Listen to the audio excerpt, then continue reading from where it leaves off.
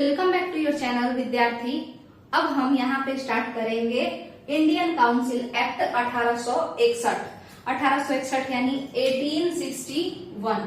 ठीक है, तो अब स्टार्ट करते हैं। सबसे पहले कि ये इंडियन काउंसिल एक्ट नाम क्यों पड़ा, तो आपको बता दें काउंसिल का मतलब क्या होता है। काउंसिल का मतलब होता है परिषद। ठीक है, काउंसिल का हिंदी मतलब क्या होता है, परिषद। ठीक है, और इस एक्ट में एक पर्टिकुलर काउंसिल के बारे में बहुत ज्यादा चर्चा है, मतलब बहुत ज्यादा कहिए या ये कह लीजिए कि एक पर्टिकुलर काउंसिल के बारे में कुछ खास बातें की गई हैं, और वो काउंसिल है लेजिस्लेटिव काउंसिल।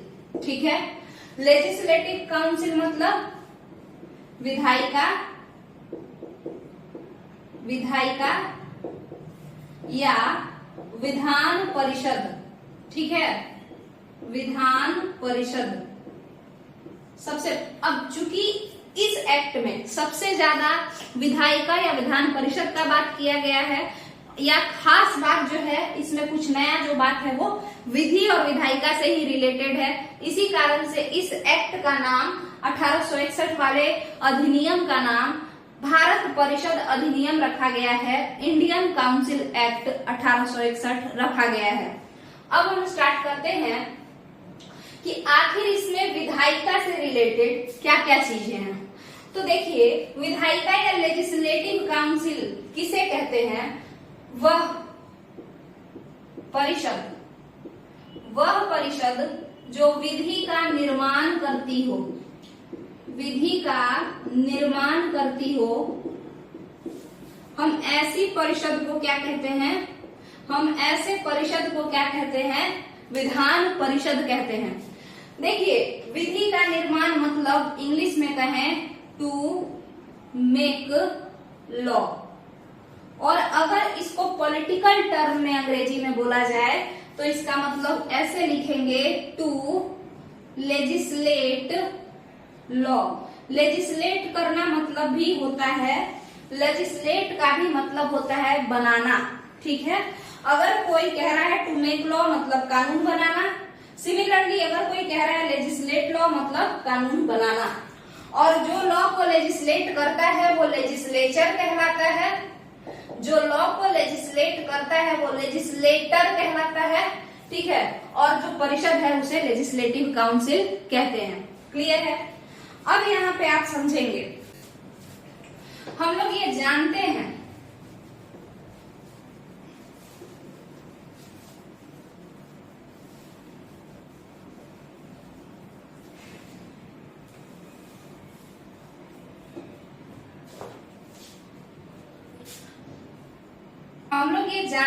क्या जानते हैं कि विधान परिषद, विधायिका या विधान परिषद हमारे भारत में 1833 ईस्वी में देखने को मिला है ना। एक सेंट्रल लेजिस्लेटिव काउंसिल बन करके आया कब, 1833 ईस्वी में एक सेंट्रल लेजिस्लेटिव काउंसिल यानी केंद्रीय स्तर पर, दिल्ली लेवल पर। ठीक है, हालांकि उस समय केंद्र कौन था, कलकत्ता। ठीक है, तो केंद्रीय स्तर पर जो है विधायिका बन करके आया कब, 1833 ईस्वी में। ठीक है, तो अब आपको पता होना चाहिए कि लेजिस्लेटिव काउंसिल दो तरीके का हो सकता है। कैसे, एक केंद्र स्तर पर और एक राज्य स्तर पर। जैसे एक आपका दिल्ली में विधान परिषद जैसा कुछ है जिसे हम संसद के नाम से जानते हैं, पार्लियामेंट के नाम से जानते हैं, जहां पर कानून बनाया जाता है। सिमिलरली राज्य स्तर पर आपके बिहार में विधानसभा है, विधानसभा, विधान परिषद, ये सब है, तो यहाँ पे कानून राज्य लेवल पे बनाया जाता है। ठीक है, तो आप देखेंगे कि लेजिस्लेटिव काउंसिल केंद्र स्तर पर तो पहले ही से था 1833 ईस्वी में, मगर 1861 ईस्वी में केंद्रीय स्तर के लेजिस्लेटिव काउंसिल में, सेंट्रल लेवल के लेजिस्लेटिव काउंसिल में, सेंट्रल लेवल के विधायिका में कुछ और लोगों को ऐड किया गया। क्या किया गया? कुछ और लोगों को ऐड किया गया। और जब हम कुछ और लोगों को इस परिषद में ऐड किए तो हमने क्या किया? हमने परिषद का एक्सपेंशन कर दिया। हमने क्या कर दिया? परिषद को बढ़ा दिया, परिषद को बड़ा बना दिया। ठीक है। और ये जो लोग थे ये कंपनी के ऑफिसर्स नहीं थे, ये ब्रिटेन के लोग नहीं थे, ये नॉन ऑफिशियल मेंबर्स थे, ये गैर आधिकारिक मेंबर थे, गैर आधिकारिक सदस्य थे। मतलब ये कोई कंपनी के ऑफिसर या कंपनी के लोग नहीं थे। तो ये कौन लोग थे? ये लोग इंडियन थे। ठीक है। भारतीय, कुछ भारतीय लोगों को 1861 ईस्वी के एक्ट में, कुछ भारतीय लोगों को 1861 ईस्वी के एक्ट में केंद्रीय Vidhan Parishad, central legislative council में एंट्री मिला, प्रवेश मिला। तो ये भारतीय क्या कंपनी के ऑफिसर्स थे? नहीं थे। तो नॉन ऑफिशियल मेंबर हुए, ये नॉन ऑफिशियल मेंबर हुए। क्योंकि आपको पता होगा 1833 ईस्वी का चार्टर अधिनियम जब आप देखेंगे तो उसमें आपको पता होगा कि वहां पर जो गवर्नर जनरल और उसका कार्यकारिणी परिषद था, जो गवर्नर जनरल और उसकी कार्यकारिणी परिषद थी, तो उन्हीं लोगों को, जो गवर्नर जनरल और उसकी कार्यकारिणी परिषद थी, उन्हीं लोगों को लेजिस्लेटिव काउंसिल में भी जाके बैठा दिया कि आप ही लोग विधायिका का भी काम कर लीजिए और आप ही लोग कार्यपालिका का भी काम कर लीजिए। तो उस जमाने में 1833 ईस्वी में वो जितने भी लोग जो विधान परिषद में बैठे थे वे सारे के सारे लोग कौन थे? कंपनी के ही अधिकारी लोग थे। कंपनी में ही कोई गवर्नर जनरल के पोस्ट पे था, कोई किसी पोस्ट पे था, और वही लोग विधान परिषद में जाकर के उस समय बैठ गया था। कहाँ का विधान परिषद? केंद्र का, सेंट्रल लेवल का। बट 1861 में केंद्र के विधान परिषद में, 1861 में केंद्र के विधान परिषद में कुछ भारतीयों को शामिल किया गया। और वे भारतीय चूंकि उस कंपनी के ऑफिसर नहीं है, पदाधिकारी नहीं है, उस कंपनी से रिलेटेड लोग नहीं है, इसीलिए कह रहा है कि नॉन ऑफिशियल मेंबर यानी गैर अधिकारी टाइप लोग जो थे वे लोग अब सेंट्रल लेजिस्लेटिव काउंसिल के मेंबर बन गए हैं। क्लियर है? तो केंद्र में कुछ इंडियन विधान परिषद में शामिल हो गए। कहाँ के विधान परिषद में?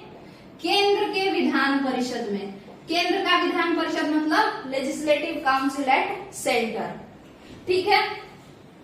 अब ये जो इंडियन आए, ये जो भारतीय आए हैं आपके विधान परिषद में, क्या ये चुनाव करके आए हैं? ऐसी बात नहीं है।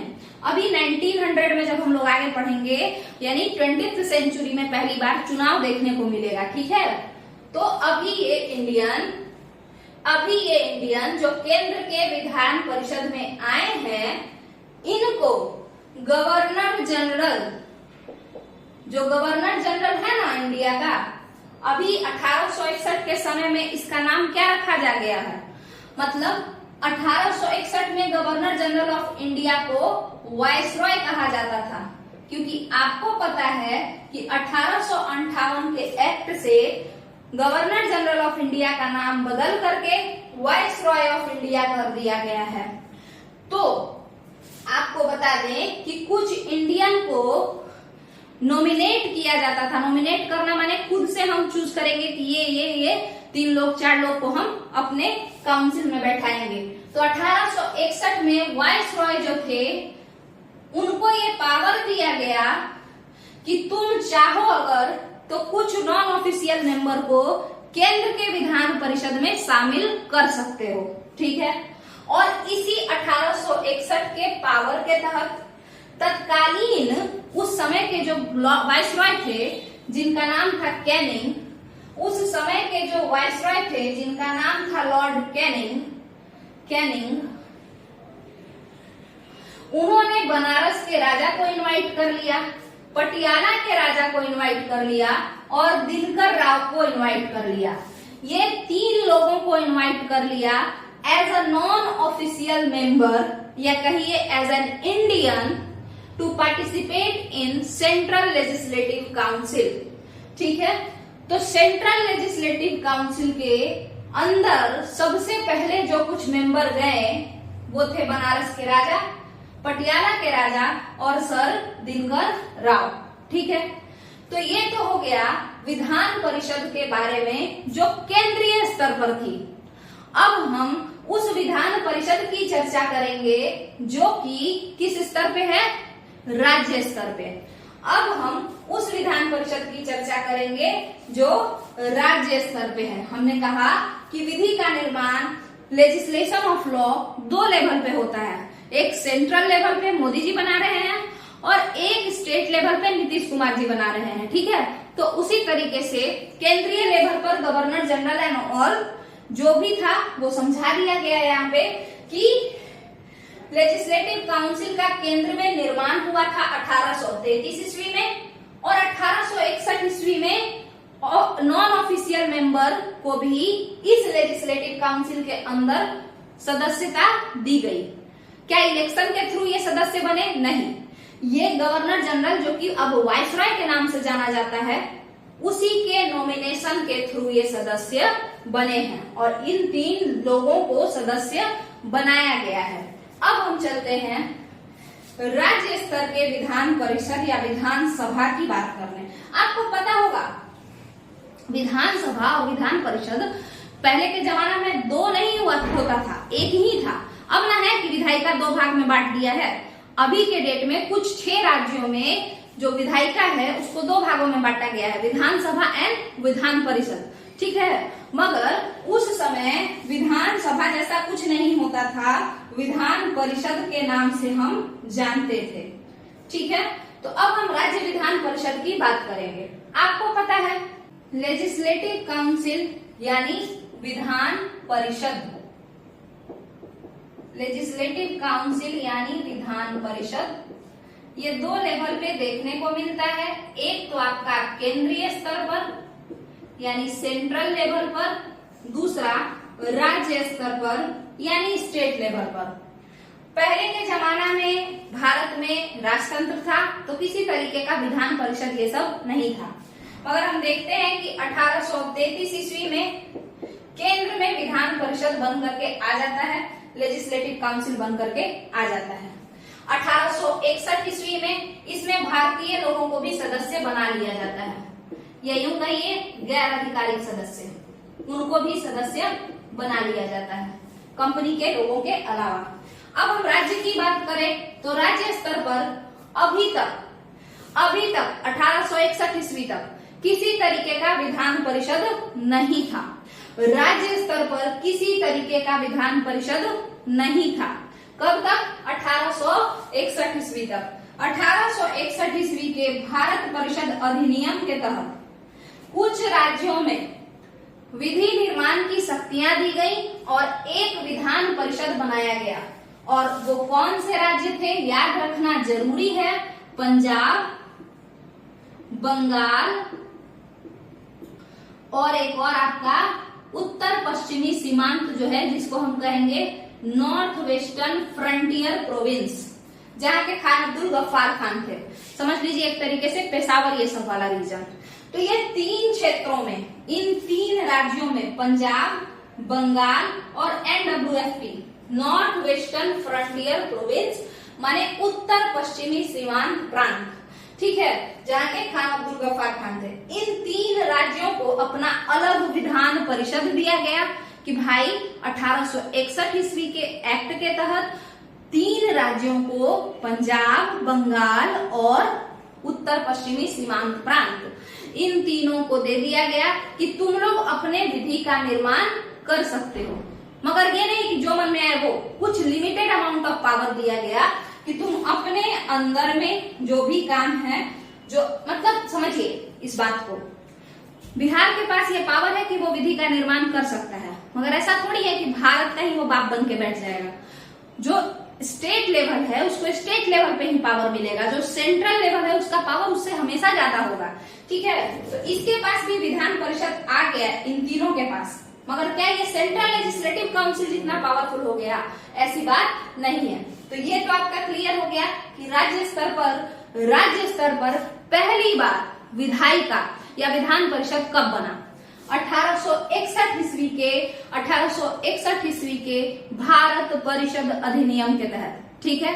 दूसरी बात, किन किन राज्यों को ऐसा सौभाग्य प्राप्त हुआ कि वहां पर विधायिका बना या विधान परिषद बना, तो वो था पंजाब, बंगाल और NWFP यानी उत्तर पश्चिमी सीमांत प्रांत, पेशावर ये सब वाला रीजन, अफगानिस्तान से सटा हुआ रीजन। इसके बाद अगर हम आपसे बात करें, इसके बाद और भी क्षेत्रों में अपना खुलता गया, मगर पहली बार जो विधान परिषद बना है राज्य स्तर पर, वो इन्हीं तीनों क्षेत्रों में बना है। क्या यहाँ तक का क्लियर है? तो अब यहाँ पे ये दो मोस्ट इंपोर्टेंट बात हम लोग समझ लिए हैं। एक सेंट्रल लेवल पे एक्सपेंशन ऑफ CLC यानी सेंट्रल लेजिस्लेटिव काउंसिल, और दूसरा राज्य में तो लेजिस्लेटिव काउंसिल का अभी निर्माण ही हुआ है। तीसरा और जो सबसे इम्पोर्टेंट एक और बात है, उसको समझ के यहाँ पे हम इस वीडियो को खत्म करेंगे। तीसरा इम्पोर्टेंट बात ये है कि गवर्नर जनरल, जिसको आप क्या कहते हैं, वाइसरॉय, तो वाइसरॉय को एक पावर मिल गया, ऑर्डिनेंस का पावर। किसका पावर मिल गया? ऑर्डिनेंस का। ऑर्डिनेंस को हिंदी में क्या कहते हैं? अध्यादेश कहते हैं। ऑर्डिनेंस को हिंदी में क्या कहते हैं? तो अध्यादेश कहते हैं। ठीक है। और ये अध्यादेश क्या होता है, इसका आसान भाषा में अगर हम लोग समझें तो देखिए, वाइसरॉय कोई नियम बनाएगा तो उसको बाकी विधान परिषद के सदस्यों से बातचीत करना पड़ेगा, सलाह मशवरा करना पड़ेगा, पास करवाना पड़ेगा, यानी उसमें बहुत ज्यादा जो है तामझाम है। इस बिना मतलब का माथा चट्टी से निकलने के लिए एक रास्ता है, आप अध्यादेश ले आइए। मतलब इसका ये है कि आप लेजिस्लेचर जो है, यानी बाकी जो मेंबर हैं, लेजिस्लेटिव असेंबली के बाकी जो मेंबर हैं, उनको इग्नोर कर दीजिए, उनके बातों को इग्नोर कर दीजिए, और आपके पास ये पावर है, फुल पावर है कि आप नियम बना दीजिए। ठीक है। ऐसा नियम अध्यादेश क्या होता है? एक रूल होता है, एक लॉ होता है। ऐसा नियम जो वाइसरॉय खुद से बना देता था, बिना किसी से कुछ पूछे या बिना विधान परिषद की सहमति से। उसको वाइसरॉय को अगर अपने मन से नियम बनाना है ना, तो उसको इसी का यूज करना पड़ता था। अध्यादेश शक्ति जो है इसके पास, पावर ऑफ ऑर्डिनेंस। ठीक है। और ये आज के डेट में हमारे प्रेसिडेंट के पास है, और आर्टिकल जो है अनुच्छेद 1, 2, 3 में ये पावर हमारे प्रेसिडेंट के पास दिया हुआ है। ठीक है। अब वाइसरॉय बिना किसी से पूछे नियम बना दिया, तो अब ये नियम या ये शक्ति, अध्यादेश जारी करने की शक्ति वाइसरॉय को क्यों दिया गया होगा? इसलिए कि वाइसरॉय हिटलर की तरह तानाशाह हो जाए, ऐसी बात नहीं है। कई बार ऐसा होता है, जैसे मान के चलिए कोरोना आ गया है ना, तो अर्जेंटली हम लोगों को कुछ काम करना पड़ता है, अर्जेंटली कोई डिसीजन लेना पड़ता है, तो ऐसा डिसीजन लेने के लिए ये वाला पावर जरूरी था। ठीक है। कि अगर अर्जेंटली कोई नियम बनाना हो, कुछ कंट्रोल करना हो, तो अध्यादेश शक्ति के मदद से हम रूल बना सकते हैं। ठीक है। क्योंकि अगर कोरोना आ गया, मान के चलिए कोरोना जैसा कुछ आ गया, और उस समय में आराम से नियम बनाएंगे और सभी लोगों से जाके पास कराएंगे, तो विपक्ष कुछ और कहेगा, जो सहमत होगा वो कुछ और कहेगा, जो असहमत होगा वो कुछ और कहेगा। इतना देर में काफी क्षति हो जाएगा। तो इसी कारण से बिना लेजिस्लेटिव काउंसिल, बिना विधान परिषद के परमिशन के कुछ जरूरी कार्यों के लिए हम अध्यादेश के मदद से लॉ बना सकते हैं। हम मतलब केवल वाइसरॉय। ठीक है। तो अब कुछ अर्जेंट था तो ये वाइसरॉय लॉ बना दिया। अब जब ये लॉ बना दिया तो क्या ये लॉ परमानेंट चलेगा? नहीं ना। जब तक वो आपदा या वो प्रॉब्लम सॉल्व नहीं हो जाता है, या थोड़ा समय उसको मिल जाए ताकि उसके बाद बाकी लोगों से बात कर ले, तो उसके बाद वो सही से नियम ले आएगा। ठीक है, तो इसीलिए जो ऑर्डिनेंस के द्वारा बनाया गया लॉ होता है उसका पावर या वो कितना दिन तक प्रभावित रहता है, इफेक्टिव रहता है, केवल 6 माह के लिए। केवल कितने दिन के लिए? 6 माह के लिए। 1861 में वायसरॉय को ये पावर मिला कि अगर अर्जेंटली तुमको लॉ बनाना है और समय कम है, तुम्हारे पास विचार विमर्श करने का समय नहीं है अपने परिषद के सदस्यों से, तो तुम अध्यादेश का शक्ति ले लो, ऑर्डिनेंस का पावर ले लो और उसके थ्रू नियम बना देना और 6 माह तक वो नियम वैलिड रहेगा, वो नियम लागू रहेगा। उसके बाद अगर तुम अपने साथियों से उसको मतलब विचार विमर्श करके पास नहीं कराते हो तो वो नियम फिर क्या हो जाएगा? नल एंड वॉइड डिक्लेयर कर दिया जाएगा, उसको खारिज कर दिया जाएगा। ठीक है, तो ये है आपका वायसरॉय का पावर ऑफ ऑर्डिनेंस। ये इसको कब मिला है? 1861 ईस्वी के भारत परिषद अधिनियम में। ठीक है, अब यहाँ आप देखिए, क्या अध्यादेश की शक्ति भी कानून बनाने की शक्ति से ही रिलेटेड है? इसका मतलब है कि अभी तक हम लोग 3 प्रोविजन पढ़े हैं 1861 के भारत परिषद अधिनियम से, और सारा का सारा कानून निर्माण और कानून के विधायिका परिषद ये सबसे ही रिलेटेड है। तो ये तीसरे नंबर का प्रोविजन कंप्लीट होता है। तो अब यहाँ पे आप देखेंगे हम लोग ये प्रोविजन जो है ऑर्डिनेंस का वो पढ़ चुके हैं। ठीक है, इसके बाद हम देख चुके हैं कि विधान परिषद का निर्माण हो गया है पीबी माने पंजाब में, बीजी माने बंगाल में और NWFP मतलब नॉर्थ वेस्टर्न फ्रंटियर प्रोविंस यानी उत्तर पश्चिमी सीमांत प्रांत में। तो ये वाला प्रोविजन भी हम लोग पढ़ चुके हैं। ठीक है, तीसरा प्रोविजन हमारे पास आता है और वो कहता है कि एक्सपेंशन हुआ है किसका? केंद्रीय विधान परिषद का, जिसका निर्माण 1833 ईस्वी में हुआ था, बट अब इसको और इसका विस्तारीकरण हुआ है और इसमें कुछ गैर आधिकारिक मेंबर, गैर आधिकारिक सदस्य यानी वैसे सदस्य जो कंपनी के मेंबर नहीं हैं, उनको शामिल किया गया है। किस प्रोसेस से? इलेक्शन से या नॉमिनेशन से। तो चुनाव करके शामिल नहीं किया गया है, नॉमिनेशन के मदद से शामिल किया गया है। वायसरॉय अपने पसंद के कुछ लोगों को शामिल किए हैं। ठीक है, तो ये हो गया आपका तीसरा प्रोविजन और ये भी क्लियर है। बचता है पोर्टफोलियो सिस्टम। ठीक है, बचता क्या है? Portfolio system. आप यहाँ देख सकते हैं पोर्टफोलियो सिस्टम के बारे में। आपको पता है 1858 का ये गुड गवर्नेंस के लिए आया था। खुद से ही ब्रिटिशर्स ये कह दिए थे कि ये वाला जो अधिनियम हम ला रहे हैं इससे अच्छा शासन होगा। क्यों होगा अच्छा शासन? क्योंकि ये अधिनियम या ये शासन कंपनी नहीं करेगी, बल्कि अब भारत पर क्राउन शासन करेगा। कौन शासन करेगा? क्राउन।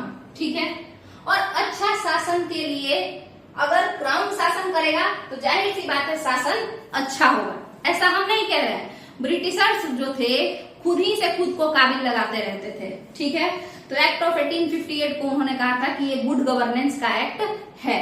अब देखिए, अच्छा शासन के लिए आपको हर क्षेत्र में काम करना पड़ता है, ये हम पिछले वीडियो में भी बताए हैं। तो अच्छा शासन के लिए आपको हर क्षेत्र में काम करना पड़ता है। जैसे कोई ऐसा राजा हो या कोई ऐसा पीएम हो जो साइंस एंड टेक्नोलॉजी के क्षेत्र में काफी अच्छा काम कर रहा हो। ठीक है, मगर एजुकेशन एंड एम्प्लॉयमेंट के क्षेत्र में अच्छा काम नहीं किया हो। किसके क्षेत्र में? एजुकेशन एंड एम्प्लॉयमेंट के क्षेत्र में। तो बताइएगा, तो ये बात बताइएगा कि क्या ऐसे राजा को, ऐसे शासक को हम ये कह सकते हैं कि वो अच्छा शासक है, या इस प्रकार के शासन को हम कह सकते हैं कि गुड गवर्नेंस है? नहीं कहते हैं, क्योंकि इंसान को हर तरीके से ओवरऑल डेवलपमेंट चाहिए, है ना। आप हर क्षेत्र में अच्छा काम कीजिए तब आपको कहा जाएगा कि अच्छा शासन है। तो यहाँ पे समझिएगा कि चूंकि अच्छा शासन का बात चल रहा था और हर क्षेत्र में, चाहे वो शिक्षा हो या वो कृषि हो या फिर विज्ञान हो या कोई भी क्षेत्र हो, स्वास्थ्य हो, किसी भी क्षेत्र में अच्छा काम अगर करना है तो केवल एक डिपार्टमेंट अगर होगा तो काम चलेगा नहीं। एक डिपार्टमेंट है और वही सारा लोग पे ध्यान दे रहा है तो उतना अच्छे से ध्यान नहीं दे पाएगा। ठीक है, इसी कारण से हमने अलग अलग विभाग बना दिया। ठीक है, शिक्षा के लिए शिक्षा विभाग, उसमें शिक्षा विभाग वाले केवल शिक्षा पे ध्यान देंगे। कृषि के लिए कृषि विभाग, कृषि विभाग में जितने भी लोग होंगे वो केवल कृषि पे ध्यान देंगे। विज्ञान और प्रौद्योगिकी के लिए वो वाला विभाग, वो लोग केवल विज्ञान पे ध्यान देंगे। सेना के लिए सैन्य विभाग, वो लोग केवल किस पे ध्यान देंगे, सेना पे ही ध्यान देंगे। और आपको पता है 1857 की क्रांति में हर वर्ग दुखी था, किसान भी दुखी थे, सैनिक भी दुखी थे, व्यापारी, शिल्पकार सभी लोग दुखी थे, आर्टिसंस वगैरह भी दुखी थे। तो इसी कारण से अलग अलग पोर्टफोलियो, पोर्टफोलियो मतलब होता है विभाग, इसी को हम डिपार्टमेंट भी कह सकते हैं। तो अलग अलग विभाग बनाने की इच्छा थी, अलग अलग विभाग बनाने की इच्छा थी 1858 के ही समय में। और 1859 में कैनिंग ये सजेस्ट किए थे कि पोर्टफोलियो सिस्टम आना चाहिए। ठीक है, क्योंकि अगर गुड गवर्नेंस चाहिए तो विभागीकरण कीजिए, सभी क्षेत्र का अलग अलग जो है एक विभाग बना दीजिए। ठीक है, और 1859 में कैनिंग सजेस्ट किए और अगला जब एक्ट आया 1861 ईस्वी का तो उसमें पोर्टफोलियो सिस्टम बन करके तैयार हो गया। इसीलिए फादर ऑफ पोर्टफोलियो सिस्टम किसे कहते हैं, फादर ऑफ पोर्टफोलियो सिस्टम, विभागीय प्रणाली इसको आप कह सकते हैं हिंदी में। इन इंडिया हम किसे कहते हैं, तो हम कैनिंग को कहते हैं, क्योंकि कैनिंग ने ही ये सजेस्ट किया था कि अगर अच्छा शासन चाहते हो तो हर क्षेत्र का अलग अलग विभाग बना दो। अगर रिवॉल्ट नहीं चाहते हो, विद्रोह नहीं चाहते हो तो हर क्षेत्र पे ध्यान दो, नहीं तो पता चलेगा कि आज सैन्य विद्रोह हुआ, कल किसान लोग विद्रोह कर दिया। ठीक है, तो इसीलिए अलग अलग विभाग बना दो। और ये सजेस्ट किए थे कैनिंग 1859 में। और जब अगला अधिनियम आया 1861 का तो पोर्टफोलियो सिस्टम लागू कर दिया गया, यानी अलग अलग विभाग बना दिया गया। ठीक है, और father of portfolio system in India कौन है, लॉर्ड कैनिंग। ये क्वेश्चन दरोगा में पूछा गया था। ठीक है, अब यहाँ पे आपका ये चौथा प्रोविजन जो है वो भी कंप्लीट हो गया और इसी के साथ आपका इंडियन काउंसिल एक्ट 1861 कंप्लीट हो जाता है। ठीक है, तो अगर आपको वीडियो पसंद आया हो तो वीडियो को लाइक कीजिएगा, नीचे कमेंट में भी बता सकते हैं अगर कोई कमी जो है आपको नजर आ रहा हो तो। ठीक है, बाकी वीडियो को लाइक करके चैनल को सब्सक्राइब कर लीजिए और चैनल को थोड़ा शेयर कीजिए। ऐसे तो काफी कम लोगों तक ही पहुंचा रहा है यूट्यूब, बट ठीक है अभी हम करते हैं। चलिए, थैंक यू।